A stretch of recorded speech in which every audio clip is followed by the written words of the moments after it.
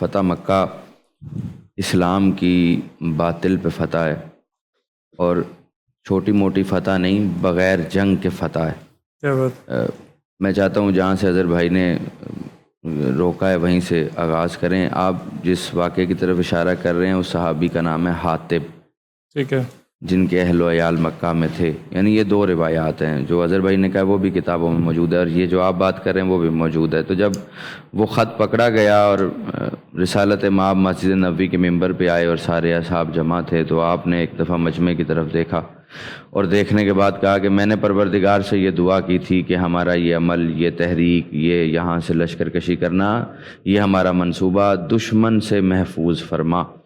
خدا نے میری اس دعا کو قبول کیا ہے، اور وہ تم میں سے ایک شخص ہے کہ جس نے یہ خط کفار قریش مکہ کی طرف روانہ کیا تھا، تو وہ کھڑا ہو جائے۔ لیکن کوئی کھڑا نہیں ہوا، سب بیٹھے رہے۔ دوسری دفعہ پھر کہا کہ وہ کھڑا ہو جائے جس نے یہ مخبری کرنے کی کوشش کی اور یہ خط لکھا۔ جب دوسری دفعہ بھی کھڑا نہیں ہوا تو اب ظاہر ہے جب رسول کو خط مل گیا ہے، جب رسول کو سارے معاملات کا پتہ ہے، تو رسول یہ بھی جانتے ہیں کہ وہ کون ہے۔ تیسری دفعہ میں روایت کہتی ہے حاطب جب کھڑا ہوا اور وہ لرز رہا تھا، کانپ رہا تھا، تو رسول نے اس کی طرف نگاہ کی تو اس نے کہا یا رسول اللہ، میرے اہل و عیال وہاں پر ہیں اور وہاں پر ان کا کوئی محافظ و مددگار نہیں ہے۔ میں نے یہ خط اس نیت سے نہیں لکھا، میں نے صرف اس لیے لکھا کہ وہ شاید میرے اہل و عیال پر شفقت فرمائیں۔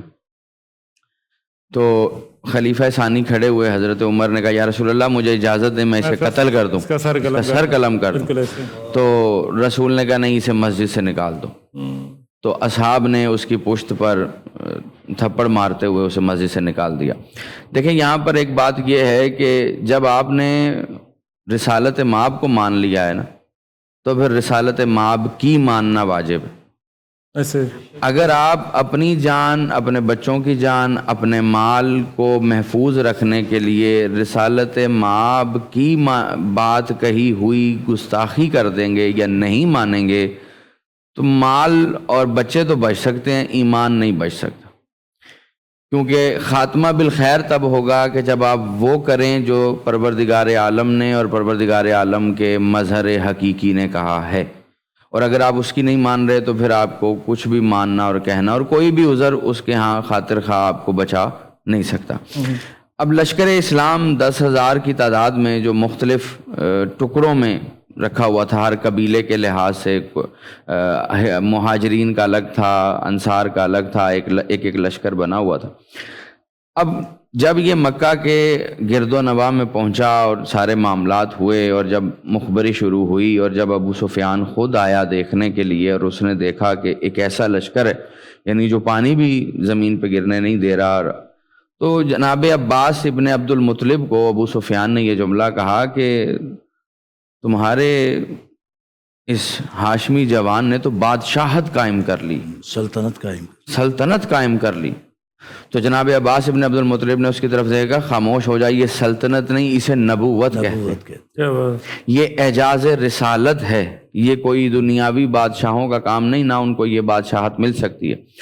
خیر اب ابو سفیان کو پکڑ کے لایا گیا تو جناب عباس ابن عبد المطلب نے کہا یا رسول اللہ یہ مفاخرت پسند ہے، کیونکہ رسول نہیں چاہتے تھے کہ وہ شہر جہاں پر بیت اللہ ہے وہاں قتل و غارت گری ہو، وہاں کسی کا بھی خون بہے۔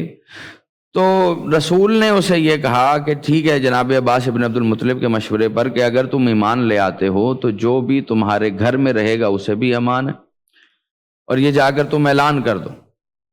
اب وہ جب واپس آیا تو اس وقت قریش اور ہندہ سامنے موجود تھی۔ اس نے کہا میں وہ لشکر دیکھ کر آ رہا ہوں کہ جسے تم نے یتیم سمجھ کر یہاں سے نکالا تھا، اب وہ اتنا بڑا لشکر لے کر آیا ہے کہ صرف تم ہی نہیں، دنیا کیسر و روم کے بادشاہ بھی اس کے مخالف کھڑے ہونے کی ضرورت نہیں کر سکتے۔ سبحان اللہ۔ اس کا لشکر ان پہ بھی غالب آئے گا، اور اس کا کلمہ دنیا میں عام ہو جائے گا، اور ہر جگہ اسلام ہی اسلام پھیل جائے گا۔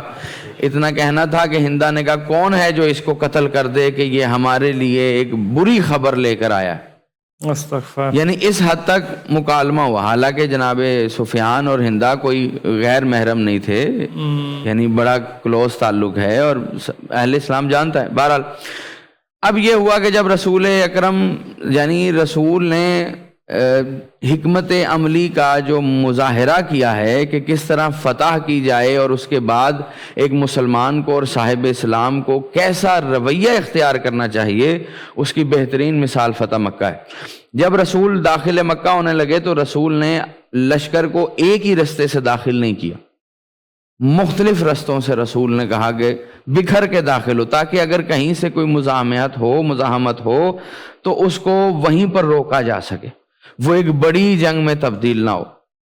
اور رسول نے اعلان کیا کہ ہماری طرف سے جو بیت اللہ میں حرم بیت اللہ میں آ جائے گا اسے امان ہے، جو ابو سفیان کے گھر چلا جائے گا اسے امان ہے، یا جو جنگ کی نیت سے باہر نہیں نکلے گا اور اپنے گھر کے دروازے بند کر لے گا اسے امان ہے۔ اس کا مطلب یہ ہے کہ اگر کوئی اس وقت تلوار اٹھاتا تو دفاع میں تلوار اٹھ سکتی تھی، کسی کے قتل کی نیت سے تلوار اسلام میں نہیں اٹھنی تھی۔ اور فتح مکہ بغیر تلوار کے رسول نے فتح کر کے یہ بتایا ہے کہ اسلام لوہے کی تلوار سے نہیں، کردار کی تلوار سے پھیل رہا ہے۔ اس میں نا خوبصورت سب سے زیادہ بات ایسپیکٹ پتہ ہے کہ بہت ہی پیارے واقعات ہیں کہ آج کے دور کے اندر جب ویسٹ والے بیٹھ کے ہمیں بتانے کی کوشش کرتے ہیں نا کہ جی جنگوں کے اصول کیا ہونے، قوانین کیا ہونے ہیں، لاز آف وار کیا ہونے ہیں، ہیومن رائٹس کیا ہونے ہیں، بڑی حیرت ہوتی ہے۔ یہ تو 1400 سال پہلے میرا نبی بتا کے گیا جا کے۔ خواتین کی ہم بات کریں، وومن رائٹس کی آج کل کی ان کی موومنٹ ہے اور آج کل یہ ہیرو بن کے گھومتے ہیں جا کے۔ او بھائی کون سا تمہارا عورت ڈے، وہ تو 365 دن کے لیے مختص کر کے تب کے چلے گئے جا کے۔ فتح مکہ کی بات کر لیں، پھر ہم اسٹریٹجی کی بات کرتے ہیں، ایسپیوناج کی بات کرتے ہیں۔ اب ایک طرف آپ کا وہ نکل رہا ہے 10,000 کا قافلہ، تو چند فوجیوں کو لے کے دوسرے روم کی طرف روانہ کر دیا ڈسٹریکٹ کرنے کے لیے۔ تو ایز اے ملٹری اسٹریٹجسٹ جو ہے امام الانبیاء سے بہتر کون ہو سکتا ہے؟ لا کے ارد گرد پورے مکہ کے ارد گرد لا کے دے کے چڑھوا دی کہ ان کو لگے کہ نمبرز، یہ آج کل ہم فلموں میں دیکھتے ہیں اسپارٹنز ہمیں دکھا رہے ہیں، رومز دکھا رہے ہیں اور ہم کہہ رہے ہیں جی اسپارٹیکس بڑا ہیرو نکلا۔ نہیں سر، ہیرو ہمارے ہیں۔ تو اس میں بدقسمتی کی بات یہ کہ ہمارے جو اصلی حقیقی ہیروز ہیں ہم نے تو ان کو سروں پہ بٹھانا تھا۔ ہم نے کیا لا کے ارطغرل کو بٹھا دیا جا کے، وہ خدا کا خوف، وہ محمد بن قاسم بٹھا دیا۔ ہوں گے یہ، لیکن یہ واقعات ہے نا، پتہ ہے مکہ سے بڑی کیا مووی بن سکتی ہے؟ ہم اس کے بارے میں بات کرنا چاہیے، وہ ہمارے پیچھے آ جاتے ہیں کہ نیچے آپ نے کیوں کر دیا۔ دیکھیں پروردگار کہہ رہا ہے نا میں نے اپنے حبیب کو بہترین نمونہ بنا کے بہترین، اور ہر ایسپیکٹ میں، اس سے بہتر ہر ایسپیکٹ میں، یعنی یہ نہیں آپ کہہ سکتے کہ صرف اخلاق میں ہی ہیں، ایسے نہیں، یعنی جو جس فیلڈ میں جس شعبے میں اعلیٰ ترین آئیڈیل ہو سکتا ہے وہ ذات احمد مجتبیٰ ہے۔ کہ اگر آپ نے اخلاقیات میں آنا ہے تو بھی، علم میں آنا ہے تو بھی، حلم میں آنا ہے تو بھی، شجاعت میں آنا ہے تو بھی، حکمت میں آنا ہے تو بھی، یعنی آپ رسول سے آگے قدم کسی بھی شعبے میں بڑھا ہی نہیں سکتے، کیونکہ اگر رسول سے آگے قدم بڑھائیں گے تو یہ خدا کی قدرت پر عیب آئے گا کہ اس نے اپنے محبوب کو کہیں نہ کہیں کمی چھوڑی ہے، تو کوئی نہ کوئی آگے نکل گیا ہے۔ خدا نے کسی قسم کی کمی چھوڑی نہیں،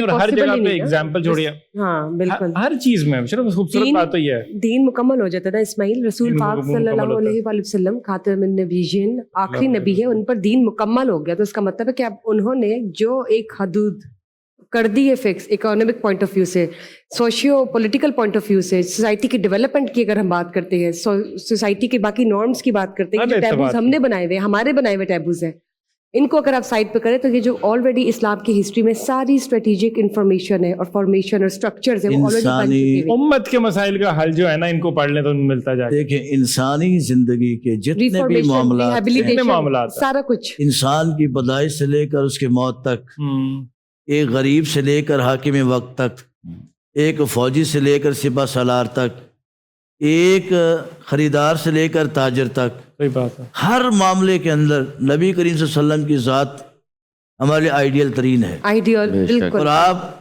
تجارت کرنے گئے، تجارت میں بے مثال ہو گئے کہ زمانہ آپ کی تجارت کے گیت گانا شروع ہو گیا۔ آپ سپہ سالار بن کے بدر میں اترے تو اس سپہ سالاری کے اندر آپ کی دھانک ایسی بیٹھ گئی کہ کفر کی کمریں ٹوٹ گئی۔ بے شک اب اسی فتح مکہ کے اوپر دیکھیں نا آپ تھوڑا سا، آپ نے جیسے لشکر کو تقسیم کیا کہ تم بھائی اس طرف سے آؤ، تم اس طرف سے آؤ، تم اس طرف سے آؤ، ایسے ہی آپ نے ایک چھوٹا سا دستہ تیار فرمایا خالد بن ولید کی قیادت میں۔ ٹھیک ہے، تو میں خالد جاؤ مکہ کی گھاٹیوں میں دیکھ کے آؤ کہیں کوئی منافق، کوئی دشمن مسلمان کو تکلیف دینے، نقصان پہنچانے کے لیے، فتح مکہ کے موقع پر ہی ہو رہا ہے، فتح مکہ کے موقع پر